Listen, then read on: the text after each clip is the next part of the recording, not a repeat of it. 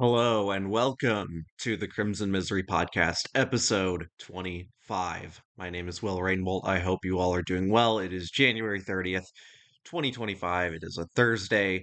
If you all are listening on Spotify, Apple, or wherever you get your podcasts, consider rating the show 5 stars. If you are listening on YouTube, like, subscribe, comment down below. Apologies for not getting a podcast out. Uh, Either on Tuesday or Wednesday. I have been pretty busy this week, all things considered. Yesterday, I tried to give plasma for the first time. I did get paid for it, but my body was just completely wrecked all day yesterday, and I was hoping to get an episode out then, but I just was not feeling mentally or physically well enough to do so. It would have been a really, really terrible episode. So, um, no, but like the people were very nice there, very just I mean it was my first time ever giving plasma, so it was a different experience.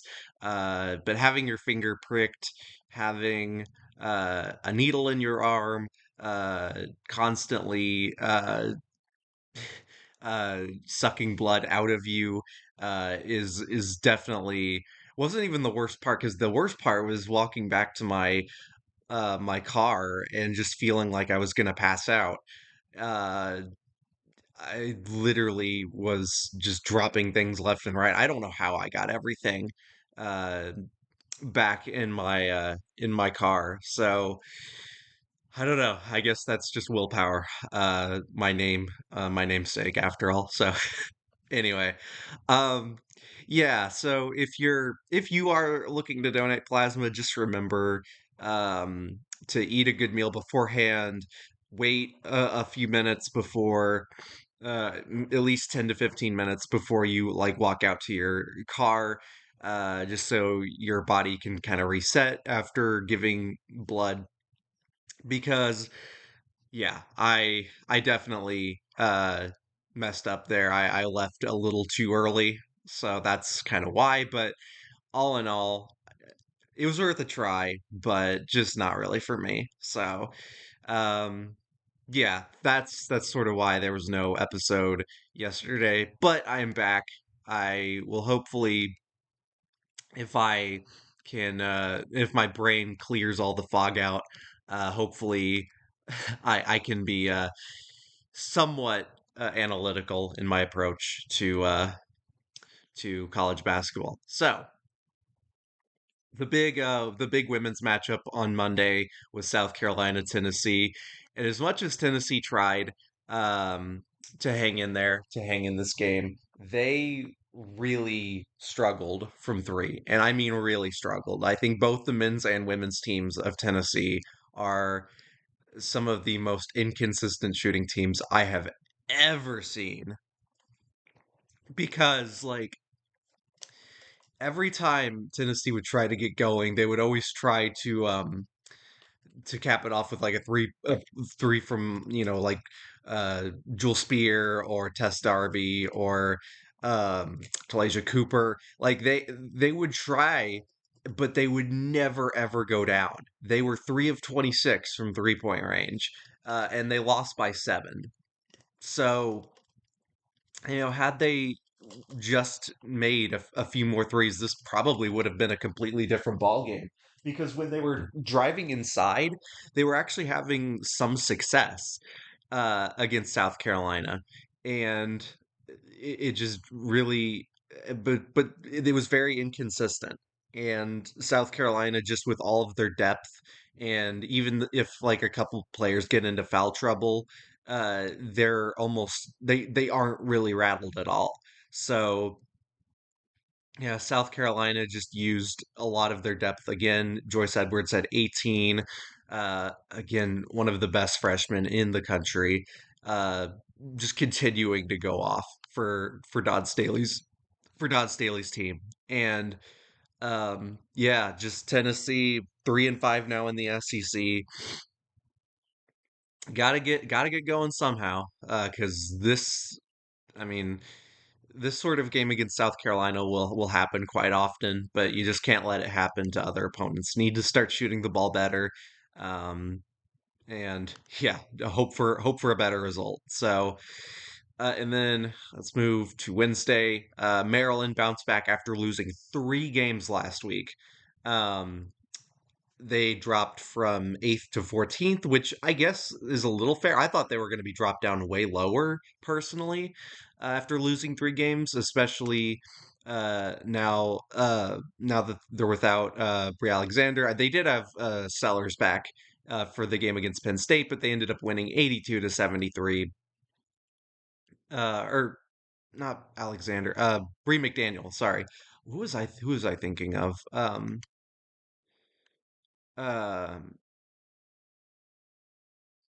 I completely just again, this is my brain when it's not working exactly. It's Bree McDaniel. It's Bree McDaniel, um, who is currently hurt for for Maryland. I mean, I think, is she out for the year? Yeah, she is out for the year with a torn ACL. So, uh, yeah, very tough blow for Maryland. So we'll see how it ends up working out down the stretch. And UConn again remains unbeaten in the Big East after beating DePaul on the road 84 to 58. Just a completely overwhelming effort. Not too much to say there. Oklahoma State defeated Arizona State 83 to 71. And then today on Thursday, Notre Dame's in action at Virginia Tech. Florida State, now ranked after upsetting North Carolina, will be taking on Boston College. Oklahoma takes on LSU. That is a top 15 matchup. Very curious to see what happens there. Um, Alabama at Kentucky, 22 against 12. Um, Texas also in action against Missouri. North Carolina looking to bounce back at California.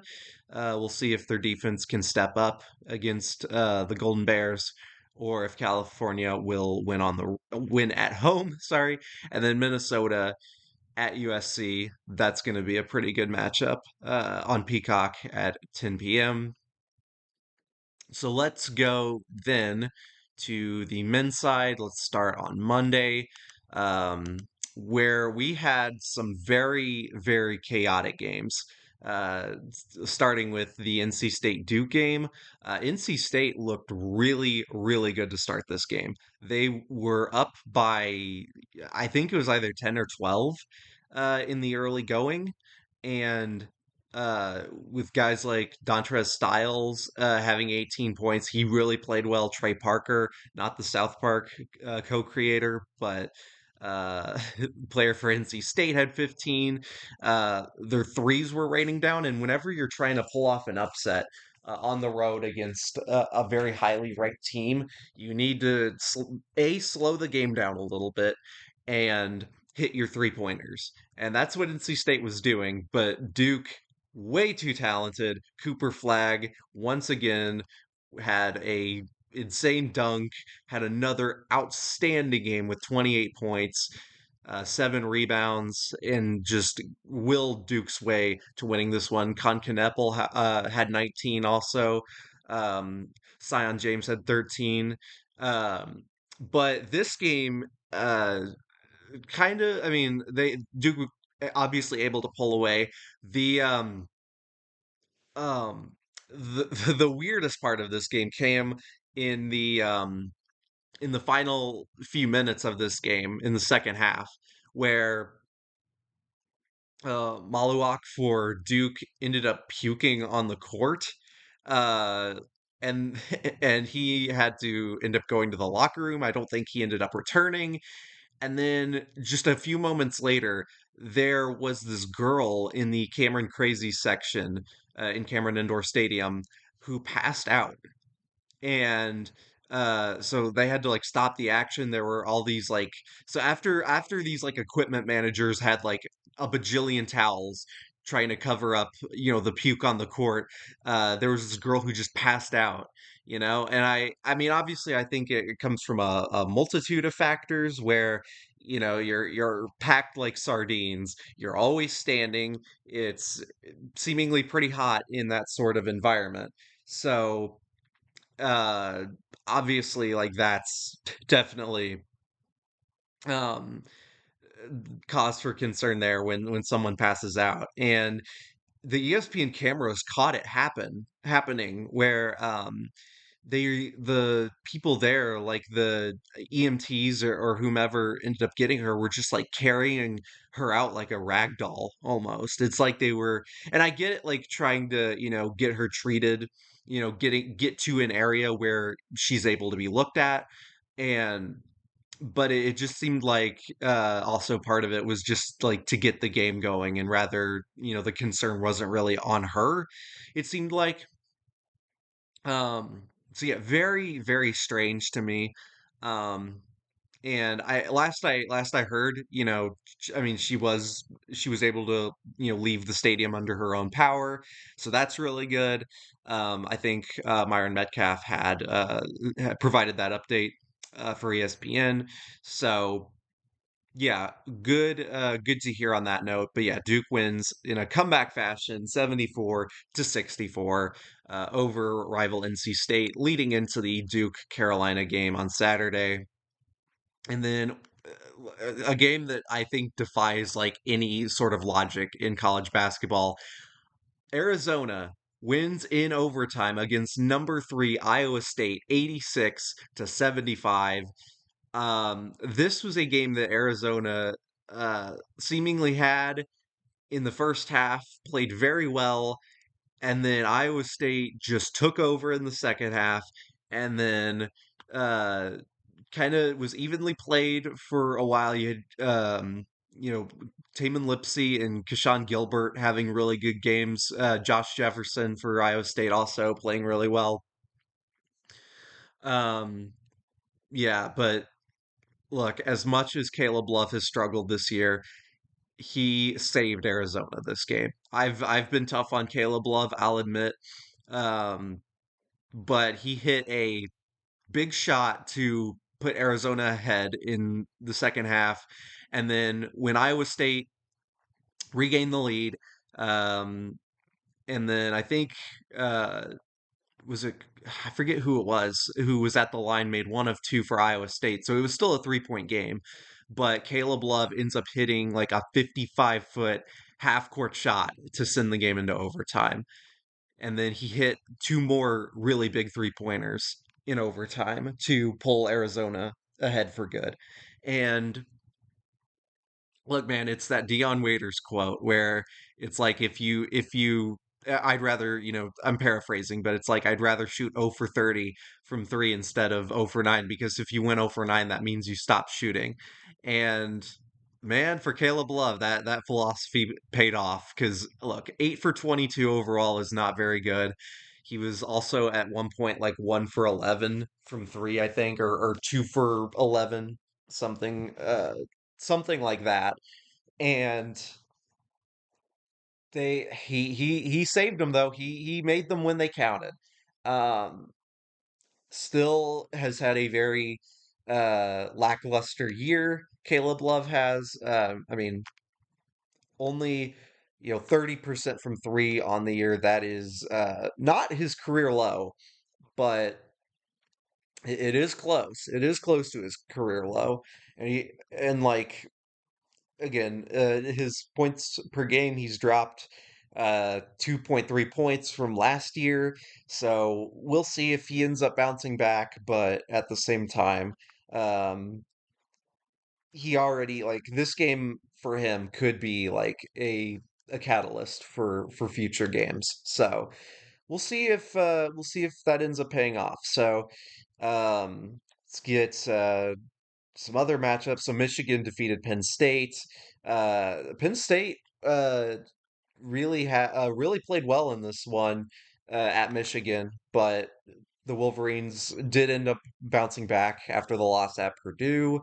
Um, Not a ton to say there. Ohio State defeated Iowa 82-65. Iowa is just not very good. Um, and it's just like really funny how Iowa's played pretty poorly outside of the after the Indiana game, which is like their Super Bowl almost. Indiana is everyone's Super Bowl, and they end up beating Indiana. So that's also true for Northwestern, who I'll get into in a few moments. I also wanted to point out McNeese is now 10-0 in the Southland Conference. They're now 16-5 overall. So they could be entering the tournament if they end up winning the Southland tournament with a pretty good record. So that's a team to watch out for come tournament time. Southern is now 7-0 in the SWAC. They are now a game ahead of Texas Southern, or they remain a game ahead of Texas Southern, who beat Alabama State, and then Southern defeated Mississippi Valley State, who's one of the worst teams in the entire country. Um, and then Towson is now 7-1 in the CAA. Uh, that conference is just really tight right now because both William and Mary and Towson are 7-1, followed by UNC Wilmington and Charleston, who are both 6-2. And then on the West Coast, Big Ten action, UCLA wins on the road against USC 82-76. I think it just shows that UCLA is actually a really talented group. And the fact that they're now coming into their own and especially beating their rivals on the road shows that they're bouncing back very nicely. So, and then USC, I think, falling back down to earth a little bit after beating teams like Illinois. So then we have Tuesday's action. Michigan State blows out Minnesota. They finally stop the Golden Gophers' three game winning streak, despite Dawson Garcia's 21 points. Um, Michigan State has now won 13 games in a row for the first time since they made the Final Four in 2019. Um, and again, Michigan State, like with teams like Alabama or Auburn, Michigan State's depth is going to really carry them a long way. They need their star power to show up, but their depth, especially their front court depth, is very good. So again, when you have guys like Carson Cooper providing 9 points, 11 rebounds, five offensive rebounds off the bench, and then Jackson Kohler starting, also having a really good rebounding night. And then you have Trey Holloman hitting four threes, Jaden Akins, one of their mainstays for a while. And then I mean Jace Richardson, Xavier Booker, Cohen Carr. You have all those guys coming off the bench, providing you points, rebounds, defense, like really good defense overall. Like Michigan State is a team that should not be messed with. They're 15th overall in defensive efficiency, 19th in offensive efficiency. This Michigan State team is exceeding every expectation for what people thought they were going to do in this season, especially after some lackluster seasons behind Tom Izzo. They're really coming into their own now, and as I said last episode, Tom Izzo's back, man. He's got this team playing really well. Um, Marquette defeated Butler on the road 78-69. Stevie Mitchell is having a breakout recently, 22 points tonight. Uh, I mean, coming back against from like seven down at halftime, Marquette was in a lot of foul trouble in this game, which is, I mean, David Joplin had four fouls, Cam Jones had four fouls, which are two guys that you really should not ever want in foul trouble, especially, come tournament time. But Butler is not very good, so Marquette, I think, was able to overcome that in large part because they are very resilient, and Butler is just not very good. So, yeah, again, even then, Cam Jones did have 17 points. Marquette still played well on the road, winning by 9. And then Kentucky bouncing back yet again after losing to Vanderbilt. They end up going on the road and beating Tennessee 78-73. And I gotta say, man, um, I mean Tennessee really plays poorly against Kentucky at home for some reason. I don't understand why. Like this was even under John Calipari, like Kentucky just seems to have Tennessee's number on the road. It makes no sense, but like That is what it is, I suppose. Kobe Bria had a bit of a bounce back. He's been struggling with his shooting recently, but today he went 5 of 5 from the floor, 3 of 3 from 3-point range, had 18 points, and really balanced scoring overall. Jackson Robinson had 17, Otega Owe had 14. Also, with 6 rebounds, Amari Williams had 10 points and 15 rebounds. Uh, Ainsley Almanor had 12 as well from 4 of 7 from three.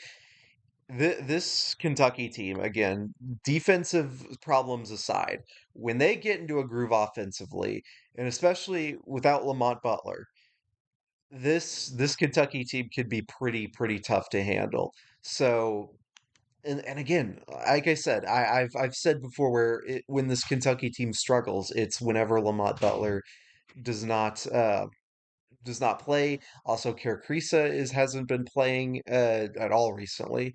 Um, but at the same time, when you get a win on the road like this, you should always be pretty happy with this result. So yeah, Lamont Butler has an injured shoulder currently. So if when once he comes back, like Kentucky is really tough to beat. So he's got to play well, of course, but at the same time, without him still getting a win against the top 10 team on the road, you take those. You absolutely take those. So great win for Kentucky. And then for Tennessee, um, I mean, this SEC is really tough. It's obviously not going to help when Zakai Ziegler shoots 1 of 11 from three, Chaz Lanier 3 of 10.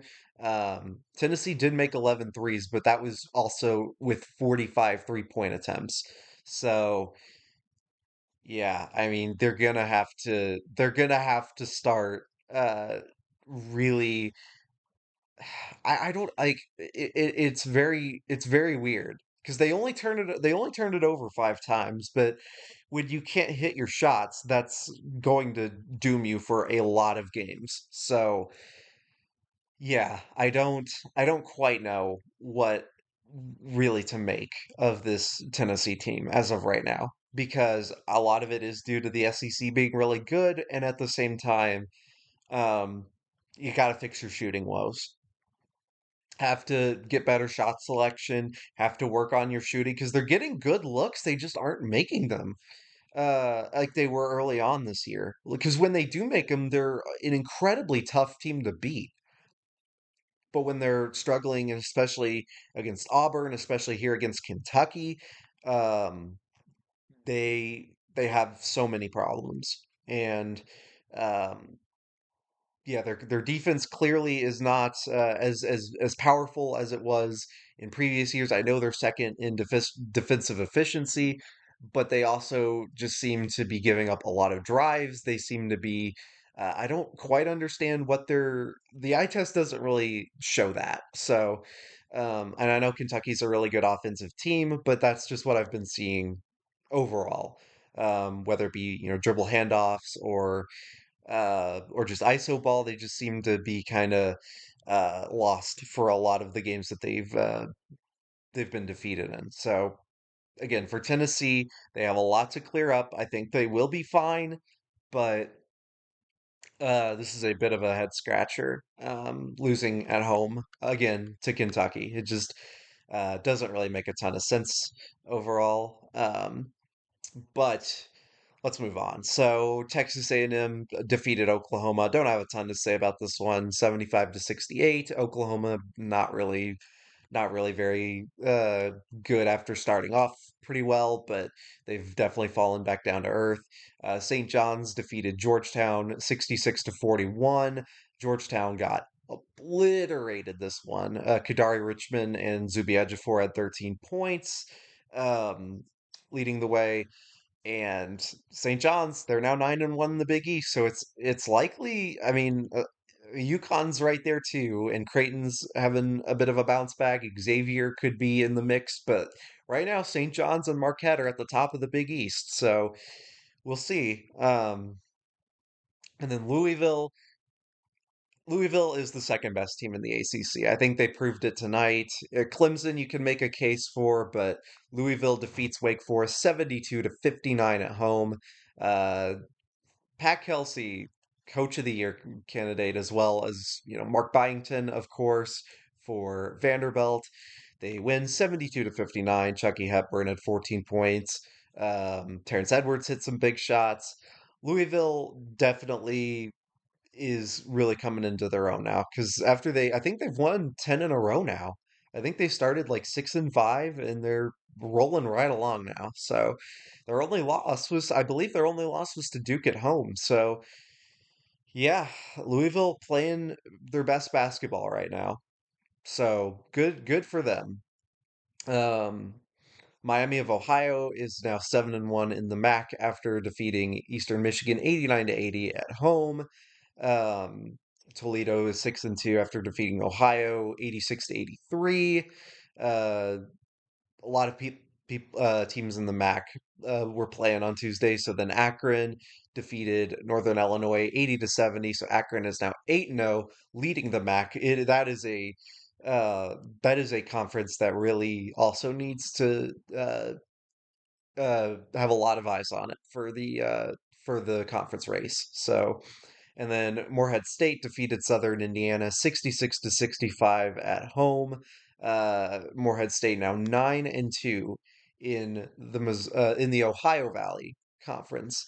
Um, yeah, so uh, definitely for Morehead State, another really good team that I think is going to come out of the mid majors with some firepower. Um, but the game I really wanted to talk about, I was saving this one, so I'm gonna make sure I have everything intact. First, Gonzaga defeated Oregon State 98 to 60.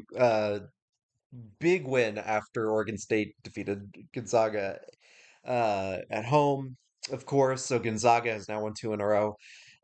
San Diego State had to climb back from, I believe it was something like 25 points, um, where they were San Jose State. What looked like they had their foot on the throat, but then San Diego State, in that call the ambulance, but not for me, and pulls the gun on San Jose State, and they really did deserve to win this game after coming back. Uh, this game was incredible.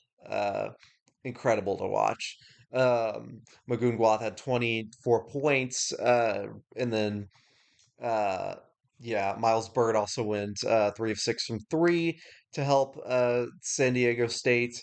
So this game, San Diego State, while it's been kind of disappointing, they're now 7-3 in the Mountain West. So they're trying to, I mean, Utah State and New Mexico are ahead, but right now San Diego State trying to build their NCAA tournament resume, just making sure they don't have bad losses on their schedule and whatnot. So really, really good to not lose that game because if they did, they'd be in big trouble. So, and then the Atlantic 10, St. Bonaventure defeated Dayton 75 to 53. Dayton really did not put up much of a fight in the second half.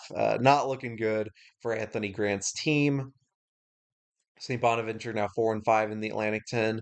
Dayton 4-4, and then St. Louis beats VCU 78 to 69.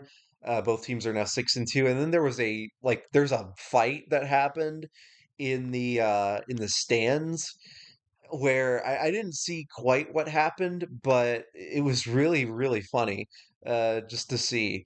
Uh, like yeah, it was delayed. It was close to like 10 minutes where the game was delayed, but there was the guy who a lot of people like took a screen cap of that was just like bright red. He was like steam coming out of his ears. So, um yeah, that was really funny, but yeah, other like game wise not a ton to say about that. And then uh Pittsburgh defeats North Carolina 73 to 65. North Carolina is now 13 and 9 in the ACC, 6 and 4 or 6 and 4 in the ACC, 13 and 9 overall. Um, yeah, North Carolina is in big trouble. They have been struggling recently. Um, they have Duke coming up. Um, it'd be such a North Carolina thing to win like 94 to 70 against Duke on the road. Um, do I think that will happen? Probably not, but it would be very it'd be very Carolina-like for that to happen. So UNC had like a 10-point lead. I think they had a pretty big lead on multiple occasions, and then Pittsburgh like just uh continued to do have like 8-0 runs.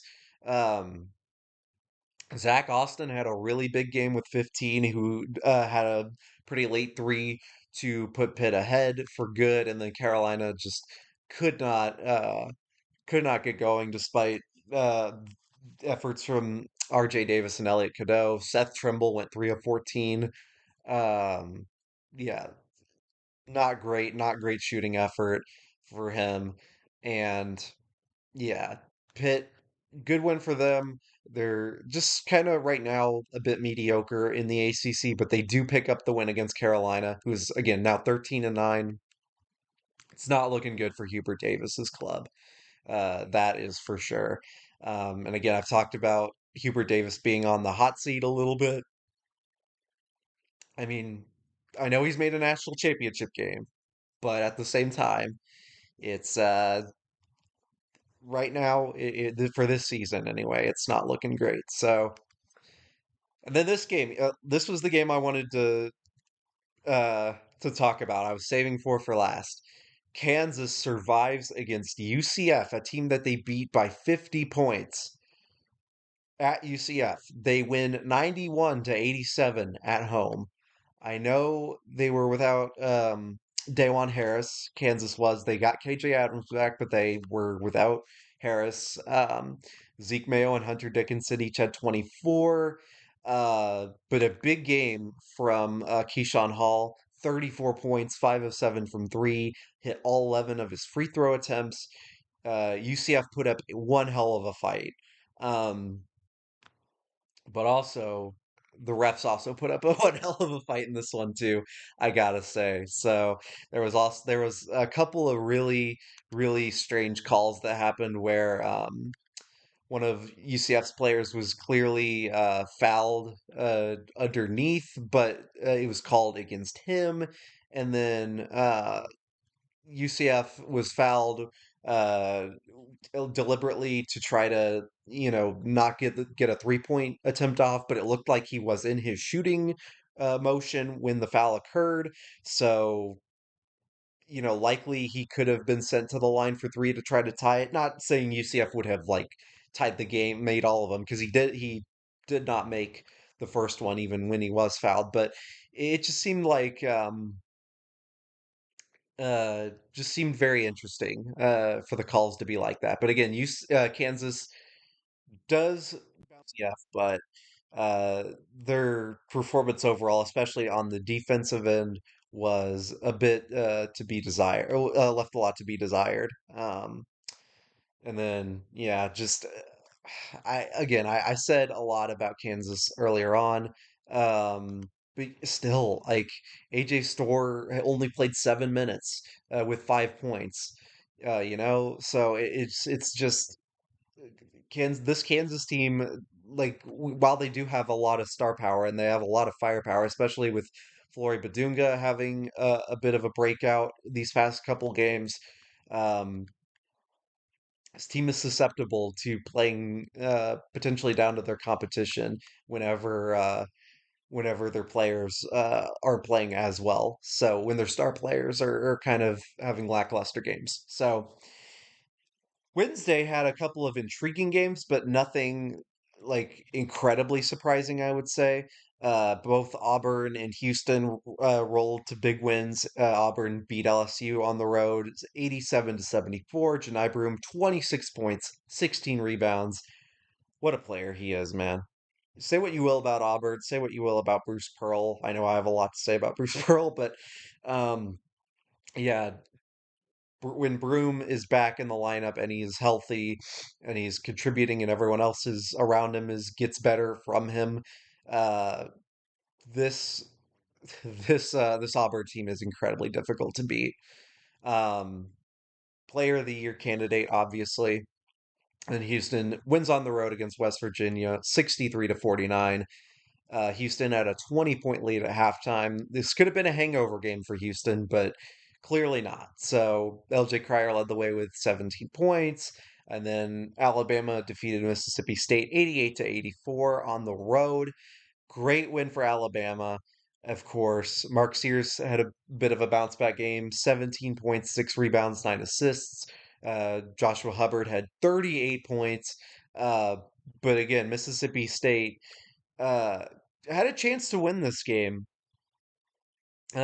Mississippi State could have taken the lead had they had Keyshawn Murphy made a layup, but he kind of blew it. So, and then Chris Youngblood hit 2 free throws with about 10 seconds remaining, and then Mississippi State ended up turning it over on their final possession. So, yeah, Alabama survives. They again use their depth. They use um, their stars, of course. Grant Nelson hit a big 3-pointer late. He went 1 for 5, but his 1 3-pointer was pretty big overall. Chris Youngblood had 23 points, leading their scoring. Obviously, Josh Hubbard had 38 for Mississippi State, but went 6 of 15 from three. Um, but again, great win for Alabama, beating a top 15 team on the road and number 14 Mississippi State. Very big win for them. Maryland, uh, look, Maryland's really making big strides late in the season. I say late in the season, but like now, uh, it's only January, but like I guess it is like in terms of the overall season, it's getting into the later stages, but Maryland beats number 17 Wisconsin 76 to 68. Um, yeah, I mean, look, uh, Derek Queen and Julian Reese, when you're facing guys like Nolan Winter and Stephen Crowell, that is a mismatch. I mean, John Tonje had 23 points for Wisconsin, but Maryland's starters like Rodney Rice and Selton Miguel and Jacoby Gillespie, uh, they were hitting some big shots late, propelling Maryland to a big win against Wisconsin. They've beaten now Illinois on the road. They defeated Indiana on the road, and now they've defeated Wisconsin. So Maryland likely going to be ranked come next week. They should be. If they're not, then that would be kind of crazy. But yeah, their next game is against Ohio State on the 6th. So Ohio, like, yeah, they should be ranked. Yeah, absolutely. So, Texas Tech now ranked 22nd in the country, defeated TCU at home 71 to 57. Um, yeah, JT Toppin had 18 points and 14 rebounds to lead the way. Texas Tech really playing well. Um, yeah, Federico had a big dunk in this game. Um, like highlight worthy for sure. And then that was his only field goal of the game too, which is funny. But Chance McMillan at 16, Elijah Hawkins at 13. This Texas Tech team has some really good guards and some really good shooters. So they might be a team to watch out for. So. And then Ole Miss had to come back against Texas. They held off uh, a buzzer beater from Texas that could have won the game, but ultimately Ole Miss bounces back and wins 72 to 69 against Texas at home. Uh, Trey Johnson had 22 points again. He's having a great freshman campaign. And then UConn, they beat DePaul 72 to 61, but oh boy, this could have been a disaster. like genuinely. DePaul, who is 10 and 11 entering this game, now 2 and 12, had a 14-point lead against UConn. But Solo Ball had a really big game to bounce UConn right back and win. Uh, and then Terrace Reed Jr. had 16 points. Aiden Mahaney playing pretty well as of late, had 10 points. Um, Jalen Stewart had 15. Um, I mean, Alex Caravan had another pretty bad shooting night. 1 of 14 overall, 0 of 6 from three, had 8 points. He's really been struggling as of late. And again, as I said before, it's like it might be time to start having a conversation about Alex Caravan because it's been kind of rough. It's been pretty rough watching him try to shoot recently. I mean, career low in free throw percentage. Uh, I mean, shooting wise, he's about on par with last year. From three, this year is a season or a career low in shooting. Uh, yeah, just has definitely regressed a little bit in that category. But at the same time, uh, he's won two national titles. He has, been shown to be pretty streaky in the past. So we'll see if he turns it on come tournament time. uh we shall see what ends up happening there. So, anywho, um, yeah. So, let's see. George Mason remains in front of VCU in St. Louis, 58 to 53. They beat Loyola Chicago in overtime. Um, Jalen Haynes hit some big shots down the stretch at 14.6 rebounds. George Mason continues to play pretty well, even though they're having to survive some of these games.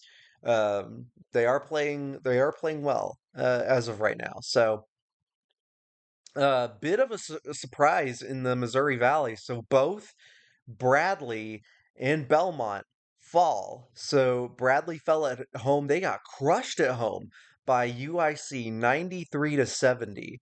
So this was a bit of a surprise. Bradley seemingly had a lot going for them, but they end up getting blown out at home, which is not something you would really want. And then Belmont loses on the road to Illinois State, 81 to 78. Another instance where it was kind of a surprise. Drake, on the other hand, defeated Northern Iowa at home, 66 to 52. So now they are right back in the mix with. I mean, they have always been in the mix, but they're with Bradley right now at 9-2. So Bennett Starks had 20 points. He had three steals. He hit some big shots in the second half when Northern Iowa was trying to come back on them. Great win for Drake. 9-2 in the Missouri Valley. They've been playing well since they hit a bit of a speed bump um, earlier on in conference play, so they are bouncing back nicely. Florida Gulf Coast defeats Jacksonville 83 to 79 on the road, so both teams are now 7-2 in the Atlantic Sun. So big win there for Florida Gulf Coast for Dunk City. North Texas is now 7-1 in the American after defeating Wichita State 58 to 54 on the road. Um, North Texas is going to be right up there with Memphis right now. Memphis plays tonight, so that's another big game to watch. Creighton defeats Xavier 86 to 77, so Creighton is now 8-2 in the Big East, playing pretty well right now. Um, Game they probably needed to win. Xavier is playing better, but Creighton halts that for at least today or well yesterday. Arkansas State wins on the road 81 to 68 against Southern Miss, so they're now 8-2 in the Sun Belt. Again, they had that win against Memphis earlier on. Um, Tarantata 25 points and three steals to lead the way for Arkansas State. SMU is now still trying to get into the bubble for the NCAA tournament. SMU beats California 76 to 65. Um, Rutgers beats Northwestern on the road 79 to 72. Ace Bailey had 37 points against Northwestern. Um, What to really make of that, I don't know. Rutgers, whenever Ace Bailey has a game like this, it can be pretty scary. But like whenever he's held in check, the Rutgers can be pretty beatable. So, but again, Northwestern has played pretty poorly since beating Indiana. So again, Indiana is their Super Bowl, and they uh they just can't seem to do anything since then. So anyway, St. Mary's is now 9-0 in the West Coast Conference, remaining on top by 2 games against Gonzaga, defeating Santa Clara on the road 67 to 54. I mean, dare I say it, St. Mary's looking like the best team right now, at least in the West Coast Conference. I mean, Gonzaga's played really, really well as of late, um, at least in the past 2 games. But St. Mary's just overall looks like the better team. Um, but again, we shall see what ends up happening. Gonzaga not a very good defensive team. They're offensively really good, but St. Mary's just a bit more balanced. Um, I mean, Stanford also trying to work their way into the bubble in the ACC, 70 to 61 over Syracuse. That game was late. That game ended at like 1 Eastern time. Um, I mean, always need a win like this. Against Syracuse, who's not good this year, but you don't want more bad losses on your resume. And then Utah State defeated UNLV at home 76 to 71. Utah State, I believe their lone loss in the Mountain West was to the UNLV Runnin' Rebels. It was by 3 points, but they end up bouncing back, winning at home 76 to 71. Um, yeah, Dayton Albury had 16 points for Utah State. Ian Martinez at 10. Mason Falslev had 13. Drake Allen off the bench hit three threes with for 15. Dexter Akano had a couple 3-pointers as well. So Utah State also used their bench to help them win that game. So big week so far in college basketball. Um, so to kind of bring you all up to speed on Thursday's action, we have Illinois and Nebraska on the road. Nebraska needs a win badly if they want to have any realistic shot, but Illinois again really good. So that game is we'll see what happens there. And then Oregon at UCLA. UCLA has already beaten Oregon on the road. UCLA has been riding all the momentum lately. Oregon just hasn't really been playing that well as of late. Even though they're number 16 in the country, I think UCLA will pull off the upset here, and if not, then college basketball just makes no sense. So, and then Memphis is at Tulane, another opportunity for Memphis to for 19 overall in the country. Uh, they need to keep winning in the American in order to keep up their winning ways, keep up with North Texas, of course, who is I think leading by like a half game currently. And then, oh yeah, we get Green Bay in action at Oakland. Come on, Doug Gottlieb. Oakland doesn't even have 10 wins yet this season. They're 9-13. Come on, surely you can beat Oakland. Um, I doubt it, but we'll see. Yeah, William and Mary's in action tonight against Campbell. Um, Morehead State is in action again. So yeah, overall, we shall see. Oh yeah, Cleveland State. This is a pretty big game in the Horizon League. Cleveland State at Purdue Fort Wayne.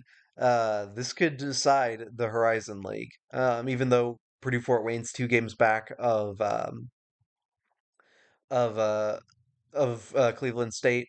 Uh, this could still be a pretty big game for them. So we'll see what ends up happening there. And then UC Irvine is in action against Long Beach State. I believe the same, yes, UC San Diego also in action against Hawaii on the road. That game starts at midnight. So, or 11:59, of course. So anyway, yeah, nothing too much else uh to really say. But again, the Big West race is going to be interesting with UC San Diego and UC Irvine. So keep that keep that race in your back pocket, the back of your mind. So, and then obviously, Indiana plays Purdue on Friday. Yeah, Purdue's gonna destroy them. I have no hope for that. Um, anyway, so with that being said, thanks again. Thank you all very much for listening.